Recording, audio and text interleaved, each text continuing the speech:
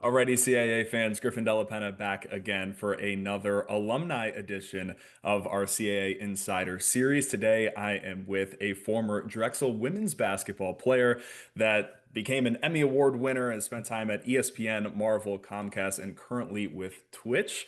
Thanks for joining us here today, Kira Karlstrom. Griffin, thanks so much for having me. I'm really excited to be here. It's going to be a lot of fun. We're going to go all the way back before your time at Drexel. And basketball was a sport that you actually didn't necessarily grow up playing. You started playing at 11 years old and previously were a dancer. So, what made you kind of fall in love with the game at that age? Yeah, I was a late bloomer, especially for someone I would say of my size. You obviously can't see that, but I'm only 5'3", so I'm little. I had a friend growing up whose dad was a coach, and my dad dropped me off at her house one day, and he was coaching a group of 4 girls for a Gus Macker tournament. So that was a 3-on-3. I don't know if it was a nationwide thing. I don't think it still exists, but it was kind of a statewide thing in Michigan, 3-on-3 basketball tournament. And I just thought it was so cool and watching them. And I kind of became interested just like watching that practice. And then my friend's dad actually coached a CYO league. And I was in 5th grade going into 6th, and he was like, well, why don't you join the CYO league? And my first organized team, I think I was 6th grade, and I had so much fun in CYO. And then after that, I just kind of fell in love with the game and the people that surrounded me in it. And I stopped dancing. It kind of took priority. I danced for 9 years, tap, jazz, ballet, jacquetti, and toe. So that was a big part of like my early life. But yeah, when I was 11, I kind of gave that up, and sports and basketball really became like the future, and kind of up until now. And then you decided to pursue basketball. You were a standout at Clarkston High School in Michigan, where you're from. Everybody's recruiting process is different, but what was it like for you at that time to try to play at the next level? It was so different back then. VHS tapes were a big part of it. In Michigan, it was actually really weird because we were not part of the national schedule. I think Michigan and maybe Minnesota were 2 states in the entire country where we didn't play in the same season as the rest of the country. So we played from August to the first weekend of December was always the state championship, which is obviously not traditional. And I think Michigan is now like on the same cycle as everybody else. So it did make recruiting a little bit more difficult because coaches' periods of like being able to watch and when they could show up were limited. And then national rankings were obviously, we weren't really included unless you were probably like Country Day or Marion, like two of the top um, private schools in the country. So recruiting was a lot going out of state, AAU. So I played AAU starting, I think, after 6th grade. I think 7th grade, I got into travel basketball. And from then on, that was really where the recruiting process started. But I would say I was extremely lucky. And Sarah Lowney at the time, she was a standout in Michigan. She went to Oakland University, but she coached at Auburn University. And she came home to be closer to family. And she became the head coach at Clarkson, who I developed a relationship with. And she was an amazing advocate for anybody who played under her at Clarkson. She coached with Joanne P. McCauley, who, when I was in high school, was at Michigan State. Yeah. And she went on to be at Duke. Later, when I was at ESPN, I think she was at Texas Tech. So we like kept a relationship for quite a while. Felicia Liggett-Jacks was at Michigan State, who she was close with, who was a coach at Hofstra when I was in school. So there were so many coaches like she knew. And so her being able to reach out to coaches outside of state, if you wanted to play outside of Michigan, I think was really crucial in that. But I would say a lot of the exposure really came from just playing in tournaments outside of Michigan and getting noticed in the time periods where coaches could come and watch. I love Felicia Legette. I'm a Syracuse alum, so we also have a good relationship too. Every time I went to Hofstra, I would spend time with her. She just was such a mentor. And, even when I was at Clarkson, our team camps, we moved them from Michigan to Michigan State when Joanne was there. And she just had so much charisma and life. And I just like, she took a liking to me and was so supportive of me. I've loved her since I met her, in team camp. She's a great coach. And it was kind of full circle to be able to play against her, when I was in college. So then you decided to, in that process, academics were very important to you, and you knew you wanted to go in that kind of graphic design route for school, which I think it's not very typical, especially in this day and age. You always go to the school that's maybe the most prominent in terms of sports and not really care as much in the academic side of things. Why was that so important for you? Was it more in your upbringing that, hey, I'm going to value maybe my academics and what I want to pursue in my life, maybe a little bit more instead of the basketball side? I grew up drawing cartoons. My dream as a kid was to be an animator for Disney. Um, that was just something that I had always loved to do. And as I started to get older, I was exploring, how do I get to Disney? How do I become an animator? And I think as technology started to change too, so did the opportunities. You know, a lot of the early days of Disney was hand drawn, and still there is a lot of that, but computer animation started to evolve. And it was always something that was very interesting to me. And because of my size, I there were a lot of people in my life that were very discouraging of my making it to the next level. You know, there were a lot of people that had said I would never play varsity as a freshman or play Division 1 or go pro ultimately, where I ended up. So I think there was a lot of discouragement in like where I would end up and what the opportunities would be from an athletic perspective. And so I really focused on the academic side. My parents, were very supportive of everything I did, but they also were, you know, very encouraging in the academic side, whatever I wanted to do. So I took a liking, to just learning and discovering the art side. My mom was an not she was a nurse, but what she liked to do, volunteering in her free time, was like go around to classes when I was little and like teach art. So it's something that was kind of introduced to me very early. So as I got older, I was like, I think I saw an NCAA commercial. I think they still do them. It's like 98% of student athletes go pro in something else other than whatever sport that they are in. And so that was always something that was very mindful to me, that I have to have a career. So I never aspired to play pro basketball. Like, I was hell bent on, going and being an animator or getting into the arts. So when I was being recruited, and playing basketball and getting my school paid for became a reality. I was like, oh, okay. Like, I may go play Division 1 and get my school paid for. I had four, there were four pieces of criteria that I had. It had to be a Division 1 school. They had to be sponsored by Nike. They had to be they had to have a graphic design program, because a lot of the schools that was recruited by were liberal arts or didn't really have strong programs. And then it had to be out of the state of Michigan. I had to get out of Michigan. Um, and Drexel, was like the last to the table, ironically, but that's where I ended up going. And when I did my official visit, I met with the head or the dean of the design department, and I kind of just fell in love with being in. Back then, I think it was COMAD. It's now Westfall, but it was the College of Media Arts and Design, totally different building, totally different structure. But it was somewhere I was like, this is it. Like, this is the academics that I want. And if I get to play basketball and I get a scholarship along the way, like, that was the dream. And checked all the boxes for you going to It Drexel. did. And you were part of Denise Dillon's first real like recruiting class. And she's obviously went back to her alma mater at Villanova and did, great things there. But specifically at Drexel, why was that also maybe part of your decision making to be part of that foundation for the program and help build Drexel women's basketball? So a lot of people probably don't know this. I wasn't actually recruited by Denise. So the coach at the time was Candace Crabtree, and she had brought me in.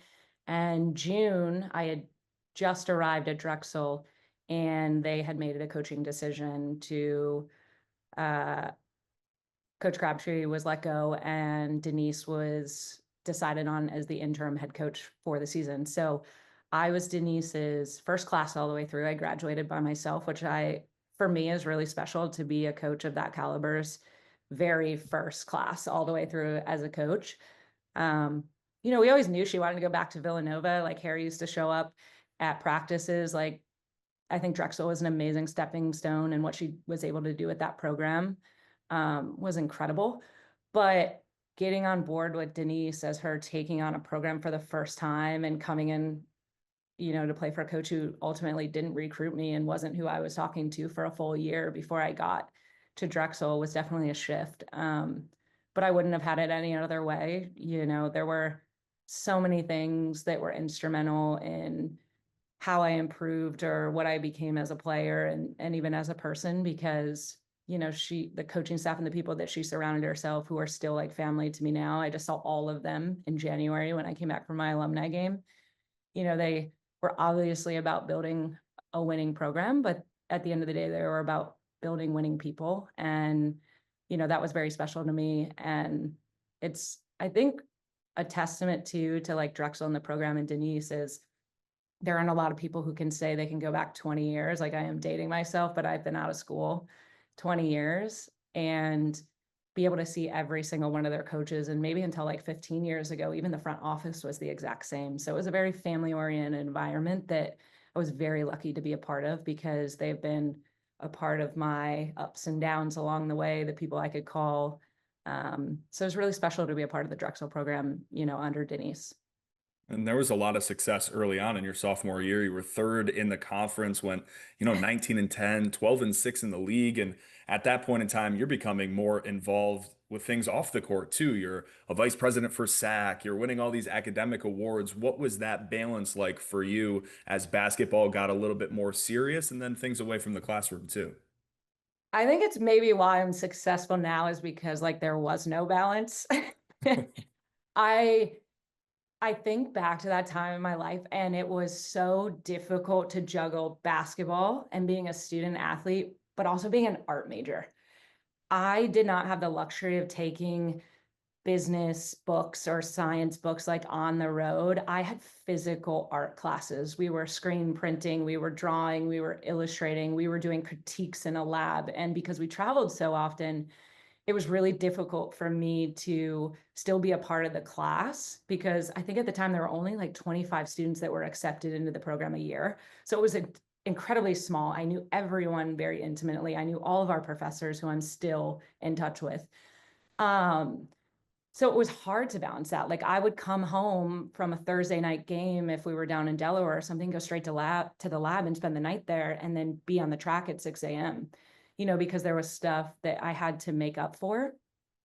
And I think now I wouldn't have changed any of that because I was so motivated that once I got out of college that I really wanted to be good, and learn as much as I can from this education and from this school. And I really respected the professors that I was learning from. But it was a delicate of like, okay, we are also for the first time in Drexel history, like we beat Old Dominion for the first time ever as a school, which was probably, I think that was actually my best game of my career was my sophomore year. And there were so many good things that were happening, but I also had to remember that I had a whole other side and a whole other world of academics that I needed to stay on top of. So it was difficult, but I think Red Bull should probably sponsor me still because I never slept and I drank probably 5 cans a day. um, but yeah, I think it was a very different choice to be an art major and an athlete at the same time. I think those two things are probably maybe not as rare now, but I think it was the first athlete actually to graduate from the College of Media Arts and Design at Drexel.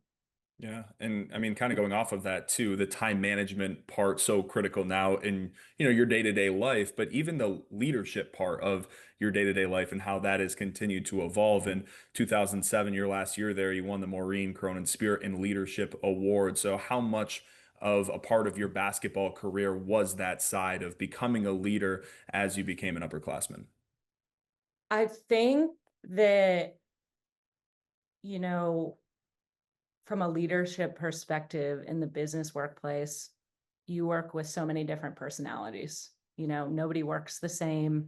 You have to really understand someone's mindset or how they work or how they like to be talked to, what's going to motivate them, what demotivates them. And I learned that early on through basketball because I was a point guard too. Like I was basically talking differently to the person I was feeding in the post than to who I was passing the ball to on the wing as a guard. And all of those personalities that, or my teammates that were surrounding me, were entirely different, you know? Um, and it was a little bit of a game of figuring out, like, how do I best get them to work better with the team, or how do they like the ball passed? I'll never forget, Nancy Lieberman was an early supporter of me and my career and still a good friend. And she was like, take everybody out to lunch individually. Ask them how they like the ball passed to them. You know, you may be passing your post player the ball, like lobbing it in, and they may like a bounce pass. Like, sit with them, get to know them, figure out how they want to work with you to create a better dynamic on the team. And that's how I approach a lot of what I do in the workplace, is figuring out different dynamics, personalities, how you can actually, like, you know, cohesively get people to work together based on just knowing what works and what doesn't work. So I think that was a lot of it, is just understanding personnel and how people worked. When your Drexel career was coming to a close, you already mentioned in this interview, you never had any intention of going to play professionally and go overseas, but you ultimately decided to do that. Why was that the right choice for you instead of going into the workforce in the graphic design field that, you've mentioned was so important to you? So I was set on getting my GA, being a GA for Cassie Russell at the Savannah College of Art and Design, and getting my master's. That's what I wanted to do after college. And I think I might have even said to my coaches, like, I have no aspirations to go pro or play overseas. And because we were on trimesters, we were in school a little longer. I didn't graduate until June. And Gabby Marginian, who is from Romania, was a freshman when I was a senior, and she was in my dorm room.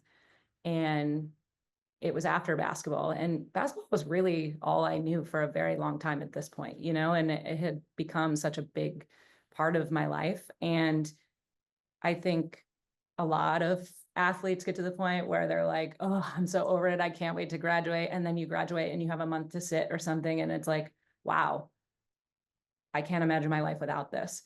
And so Gabby was in my dorm room, and had said she had sent some game film home to her old coach and GM of a team that she played for. And he was becoming a GM of a brand new team in Cluj-Napoca, Romania. And it was a husband and wife, which was very unheard of. She wanted a team. She owned an interior design firm, which was awesome in my opinion. And she wanted the team, and her husband owned some Telezimex like electronics company, and he was a billionaire there from Hungary. So we were a two company owned team, which was very unheard of internationally. And she was like, look, I know you don't want to play overseas, but they're looking for a point guard and for a shooting guard.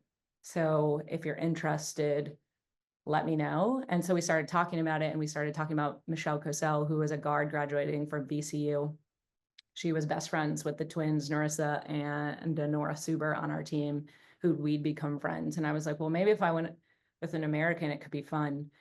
And I remember calling my parents, and both of them said the same thing. They were like, you're 21 years old. Like, why wouldn't you? You're going to get paid to go play internationally. So I had brokered a 2-year deal. And part of the deal, I had asked for them to pay for my master's as the 2-year deal. And I wanted a translator. So I wanted to learn the language, and I wanted to get an education as I was playing professionally. And then the other part of the deal is I interned for the interior design firm. So I designed a lot of our promotional flyers and posters that went out for the new team. So it seemed to kind of align, like, for me professionally, like outside of basketball and basketball. And I kind of just decided, I'm 21, I have nothing to lose. Like, why not go do it? And I wouldn't change that for the world. And you did that. You ended up coming home. I believe it was after 1 year. Did you play the full two or just 1 year? So my appendix burst. I woke up during surgery. It was a incredibly traumatic experience. And after that, I went home, and the recovery, it took me almost 6 months to like lay flat and sit up. So in that period, I was just like, I think I'm done. You know, I think I'm ready to just like move on to my real career. So no, I didn't play. I played just short of a full first season, and then that was it. Well, you still got to do it and you checked all the boxes in the basketball field of things. And then it was time for your career that you worked so hard for. And you ended up landing a job in 2009 with ESPN and creative services. And I think a lot of people have the misconception of ESPN. It's like, oh, well, if you work at ESPN, you're on camera or you're doing something like that, and don't necessarily think of all of the hard work that goes on behind the scenes. So what was your day-to-day role like with the creative services team at ESPN? Yeah, so it evolved over the course of 5 years, but when I first started, the intent was I had a portfolio because I was a designer, and I had two bosses at the time, and both of them had said, why don't you come join, be a creative assistant, and then grow once as soon as we have a designer position open, we can promote you to that. So the intent was to be a designer, both 2D and 3D, and go kind of that chain. And the responsibilities were any logo design for any show. It was animation packages primarily. So anytime you watch SportsCenter or the NBA, or it's all of the bumps, the replay wipes, the show opens. The most exciting part of my job was the show opens. So it was like working on Big and Rich, Coming to Your City for College Game Day, or when we were doing Mariah Carey for NBA Christmas, and doing kind of like teases. But I started with a lot of, it was an assistant job. So it was a lot of tape running back then because things weren't digital. It was a lot of sitting in meetings and taking notes and learning kind of the environment, learning TV that was 24 hours a day. And then I got thrown in some logo projects like early. So one of the things that kind of like propelled me pretty early, I think in my first year, I designed the Scott Van Pelt logo. And my bosses were like, hey, we haven't found anything that we've liked. Why don't you just take a shot at this? And it was at the time too, where ESPN wasn't, they didn't have icons as logos. It was all text-based pretty much. It was lines and text. And so when I brought this to my one boss, who was a designer, he like helped me change some things around. He was like, I don't know, this is just too good not to put on the table. Let's just do it and see what happens. And this was back when Scott was moving from radio to ESPN2 with Ryan Russillo. So this was very early days, and Early, to be able yeah. to see like how that logo it's still in play. So then I ended up, working a lot more in like the logo side of the world, but I transitioned from not actually becoming a designer. I was too social. I didn't want to sit in front of a computer. So I designed a producer job. And so producers are not untraditional at ESPN. Those are very common roles, but in the creative services department, they didn't exist. So I designed the first producer role. I became that. And so by the time I left, I was more of a producer art director who's actually working on these larger animation packages, sales oriented, type animations. But yeah, it was probably one of the most fun but grueling jobs I ever had. I think when you're young too, it was no different than what I was describing of how it prepared me from playing basketball and being an art major. Like I didn't sleep working for ESPN either. Uh, that is crazy. And a lot of the things, even the SVP logo, like I think that's such an iconic thing. So kudos to you for that. But early on in you getting this job at ESPN, you did have another health scare. You mentioned your appendix, but now you find out that you actually had cancer. And I'm also a cancer survivor myself, Um, much younger than you were. So I can't imagine what was going through your mind as a young professional trying to navigate. You just landed this job. What were some of the emotions, if you could bring us back to that time in your life? so I was just about a little over a year. It was August of 2009. So I'm coming up on 16 years, which is crazy to think about. But I was a little over my first year because I started in May of '08. Um, so I just started to kind of get my footing and build relationships. I also was volunteer coaching Division III basketball at St. Joe's, and I was playing semi-pro basketball in Springfield, Massachusetts, and then also working. So um, it definitely was an emotional experience that, some work I'm doing now, I'm starting to realize has really played a part in like my journey and my course in terms of like how I look at jobs and the security I feel like I need, because I was out on disability for surgeries and for treatment. And for a good 2 years, I was going through radiations and isolations. And I would say the most incredible part of being at ESPN is that I had it was like I never left Drexel almost. It was like I was surrounded by a lot of former athletes though too, or people who understood athletics, which was like not really making a transition. I mean, it was a transition, but it was very similar to the environment I had just come from.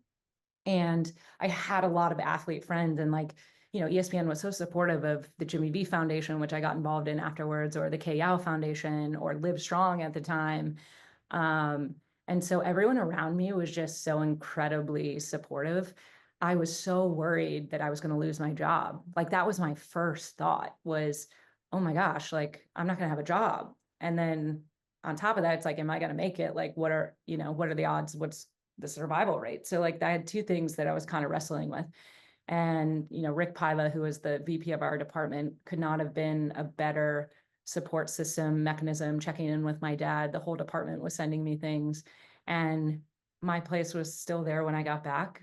I was still there another almost 4 years after that. So it just was a testament to the type of people ESPN hired, at the time that I was there. Not that it's any different now, but I was just very lucky to be in an environment where people lifted me up instead of like push me away for what I was dealing with. Yeah, that is great. I also still wear a Livestrong bracelet every single day. So I'm so glad That that I usually have mine on, but yeah, exactly. it is great. So thankfully that you're still here to tell your story and that you were treated so great during that time.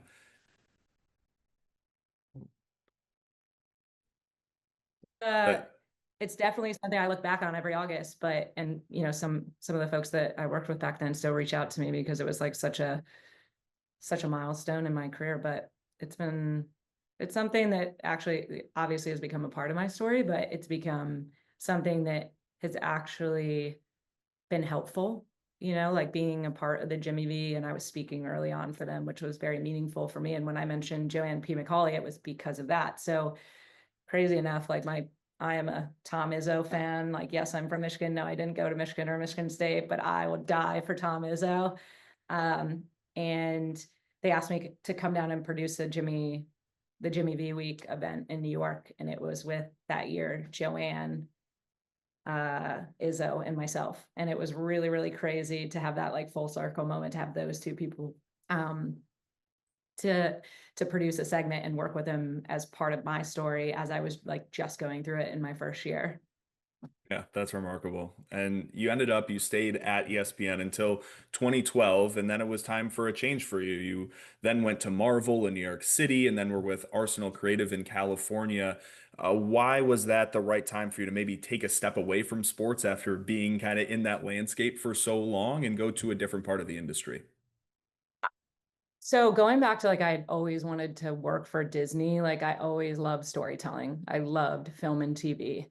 I actually applied for a ton of jobs out of college. ESPN was the only job I applied for that called me back. And that's why I ended up there. Like I applied at Nike and Yahoo and Google and like clothing companies to be on the design side. I think the unique aspect was like I played college and pro basketball, but I was also an artist, which was very rare. So when I was at ESPN, my favorite part of the job, as I mentioned, was these show opens. And it was really building these stories. And so because we were part of the Disney ecosystem, so in theory, like I worked for Disney for, 7 or 8 years, um, I started making friends and exploring, like using the opportunity I had at ESPN and having people introduce me to folks at Marvel or ABC and trying to figure out like how could I get in the door or what is next for me. And so every time I went to California for work for ESPN, I would go to the Burbank lot and I would walk around the animation building at Disney. And then at the time, it was down in Manhattan Beach where Marvel was because they hadn't fully made the transition to the Burbank studios. And Jeremy Latcham was a creative executive. He was on the Avengers and Guardians of the Galaxy. And I kept in touch with him. And this job came up and it was to run live events. It was brand new. We have Marvel IP, third party like Feld Entertainment, Marvel Universe Live, who does Disney on Ice, Ringling Brothers are coming in and they want to do a Marvel show. We have to create the Avengers walk around characters in the park at Disney. We have to do Iron Man in Hong Kong. Um, and we need someone to run this stuff. And he's like, I know it's not exactly what you wanted because you want to be on the film side, but it'll get your foot in the door. And so I was like, yeah, I'm in. So I made the transition. And I've been with sports for I love sports. I love the journey of sports. I love the athlete stories, but there's just such a different, kind of storytelling mechanism and fantasy and with film and TV that I just always loved. And it was something that was an outlet for me. Um, and so it may have taken me a little bit of a roundabout way to get there in some respect, but that was the stepping stone that kind of got me into the door into it. And I just kind of get the vibe that you just love to learn because then you kind of go in that film route and you spend time there and then you return to Philly. You were with Comcast for a little bit and then another jump into Capitol Records, which is again like a completely different area in music. So where is that progression kind of coming from? Are you just more of like a curious sort of person where you want to take what you've learned and apply it to different areas? I think it's a little bit of that, but it's also, I think you have to realize the time that I grew up, the internet was not as accessible as it is now. Figuring out what jobs and opportunities are available were not as readily accessible for most of my early career. You had to literally find someone who worked in a space and talk to them about what was available. It wasn't like I could research a lot of this stuff. So I think part of it was just finding what I loved and what I was passionate about. And that was through these different experiences. Comcast was different. Like, I'll just be transparent. I moved back for a relationship. It obviously didn't work out because I moved back to LA, but I did some soul searching, like probably after 2.5 years there. And I was like, what do I love the most about my job? And like, what do I want to do moving forward? And everything I kept coming back to is obviously storytelling, but like, I loved the music piece of it. Like, I made all our mixtapes when I was in high school. I made all our warm up tapes. I was the one people went to because I was like, downloading on LimeWire and Napster. So I had everything first. Um, and like going back to those show opens, like that was the best part of my time at ESPN when I was at Arsenal. It was the music videos that we worked on. When it was at Marvel, it was the soundtracks, or it was like when we were doing Marvel Universe Live, it was the music that went into the show. And when I was at Comcast, it was, Katy Perry, we sponsored Witness the Tour. We had music integrations and various projects that we worked on. And I was just like, it's music, but I don't know anyone in music. And so it was reaching out to my network or people that I know. And I ended up at Capitol Records in a team that was first developed for more long form development. It was really to look at artists a little bit differently and say, can we create a series or a biopic or some sort of like episodic journey for these artists? So it was in some way like keeping and maintaining the storytelling aspect of it, but also the music piece of it was still intact. And then the team shifted over, the 3-4 years that I was there, and segued, but there is a big curiosity. That's just me in general. I like to have information. I like to know the details. I don't like to get into a job and feel like there's something I don't know. And I think that is how I've evolved. Is I learn something, I like something, I'm like, oh, let's try it. And kind of in a roundabout way too, that younger you who was more into the dance side of things that had to be a little full circle as well as you got into the music space. Yeah, when I was at Capitol, some of my earliest friends were choreographers because I just was like, I want to dance. No, I never wanted to dance in music videos, but I did. I was taking hip hop classes when I lived in LA, both times, the first time and when I moved back and after Comcast, because I just had a love for dance. Like I was not a good dancer. I'm not a good dancer now. Some people may argue that, but um, it was just something I just loved. I loved the music aspect of it. And there's obviously a reason I went into sports and loved dance. As you've continued your career progression, you were at Capitol Records for a while, and now in this new chapter with Twitch, uh, I think when people kind of think about Twitch kind of like, again, with ESPN, you're in sort of this different realm of Twitch. It's not just streaming. There's a lot more to it instead of just, the more prominent people that are on there. Just what was so appealing for this job, and again, kind of your day-to-day stuff that people might not clearly associate with Twitch, if that makes sense. Well, I think primarily Twitch is looked at as a gaming platform. It obviously is. But when I took this job, there was a woman, Cindy Charles, someone I had worked with at Capitol was like, you should just meet her. It may not be the job that you would look at the description and say this is for you, but just meet this woman. I completely fell in love with this woman. Like her, she was so seasoned and intelligent and just like such an incredible role model. She passed away last year, but she was the reason why I came to Twitch and wanted to take this chance. And one thing I learned in the music industry at being at Capitol is if you didn't own the relationship with the artist or the artist team, it was very hard to get the creative across the line or get the ideas sold in. And so I felt like if I came to Twitch and I got to own the relationships with the artists and the labels, that we could do more creative things. And so that's ultimately like why I took the job. I mean, we do a lot of things on the music side. So I don't specifically work on gaming. We do have a lot of artists who come to Twitch to game. I mean, it's coming out of the woodworks how many artists are low-key gamers, but most of our primary responsibilities is servicing all the labels and the artists that are signed to those labels. So any artist who comes to Twitch, I would say if they started a channel, they either came through our team to help them get onboarded. We help them with their content, their development, their programming plan, or if they started a channel at some point, they probably end up with our team so we can help them kind of best practices become successful on Twitch.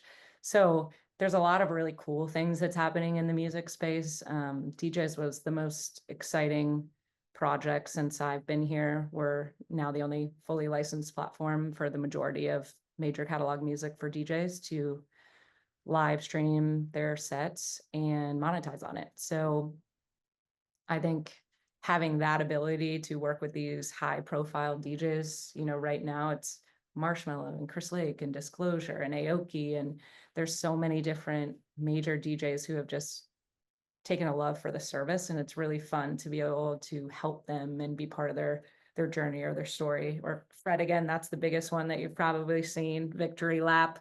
Mhm. Keeps taking laps around Twitch. So it is fun. It's definitely different than my entire career because I've definitely spent a lot of time on the creative and the marketing side, and this is more relationships. But, working so closely with the artists, I have the ability to help them develop what they're going to do and how they're going to show up. And if they're releasing an album, like how do we get a little bit creative to build something unique for their fans, or how do we help them connect differently to their fans? And it's something I never had as a kid. So I think it's incredibly unique and fun to watch. And even just like on the sports side, if you saw the stud bud stuff that happened with the WNBA, all my friends, I had all-star friends who were brought back, who played for the Fever this past weekend. And everybody was like, why aren't you here? Like, are you watching this? It's all on Twitch. And so it's kind of in this really fun place to work for me because I'm like seeing my childhood and like the things that I love in my life, kind of come to life here. It really is an exciting space with, like you mentioned, a lot going on with it. Uh, Even with some of those DJs that you mentioned or artists that you've worked in the past, what was maybe the most fulfilling or the craziest, like, oh my goodness, I can't believe I'm working with this person right now? I mean, I have the like, oh my gosh, I can't believe I've worked with this person, like Paul McCartney, obviously, like I worked on the 3 album and he was so excited about these animated videos that we were doing for every track. And it was like a stop motion animation. And he was so excited to watch them every time and like see them as they were being developed. Um, and just working, like Katy Perry has been a part of almost every job I've had except for at Marvel. So there's these artists like I grew up on that have been a dream to work with. And some of the emerging artists, but I would say a lot of the stuff that we do is more promotional. The most fulfilling is an artist that probably most people haven't heard of. His name is Katori Walker.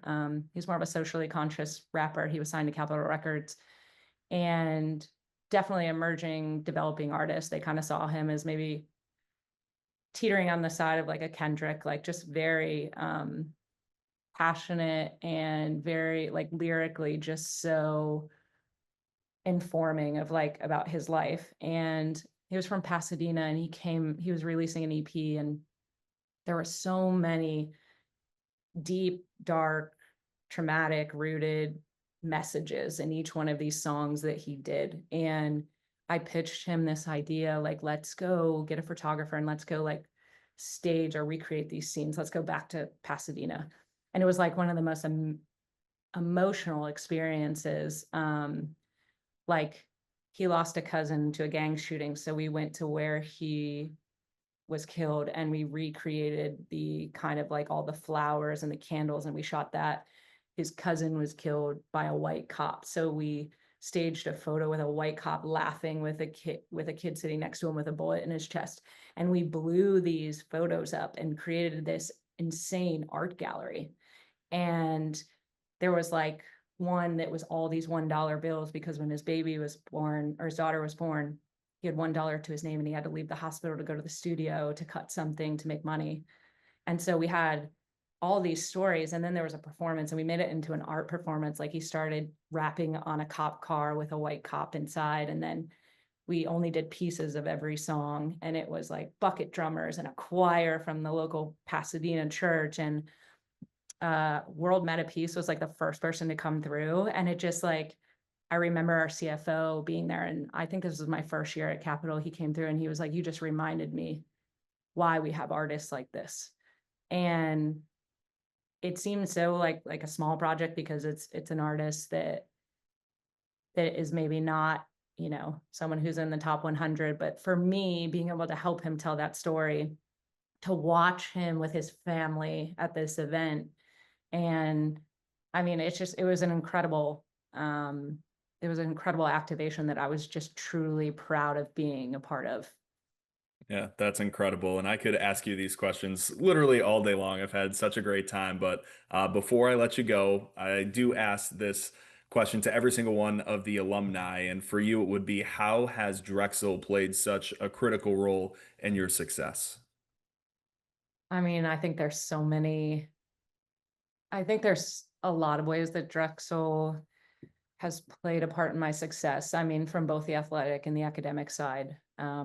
Like I said, I'm still in touch. I just saw a handful of my professors when I was back in January. All of my professors, my senior night at Drexel, came, which was really special. We opened up the presidential suite just for my design or my academic side of my life. I think just having this consistent supportive family, somewhere that I've always felt comfortable going, like some people that I've always felt comfortable reaching out to, people who have always helped me. But then I just think, like, on the tangible side, like the things that have helped me from what I've learned in sports, accountability or time management, um, leadership, like that. Obviously, we talked about that, but there were so many different aspects of what sports brought to my life that have transitioned into not only my personal life, but my work life, my professional life.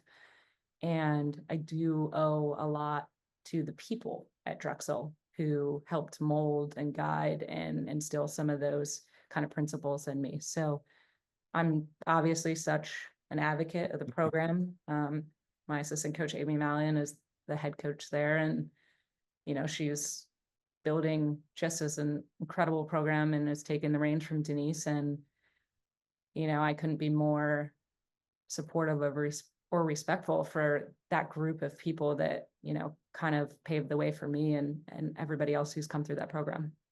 Yeah, thank you so much. This was such a fun episode for me. And thank you for taking the time, Kira. Thanks so much, Griffin. Appreciate you having me.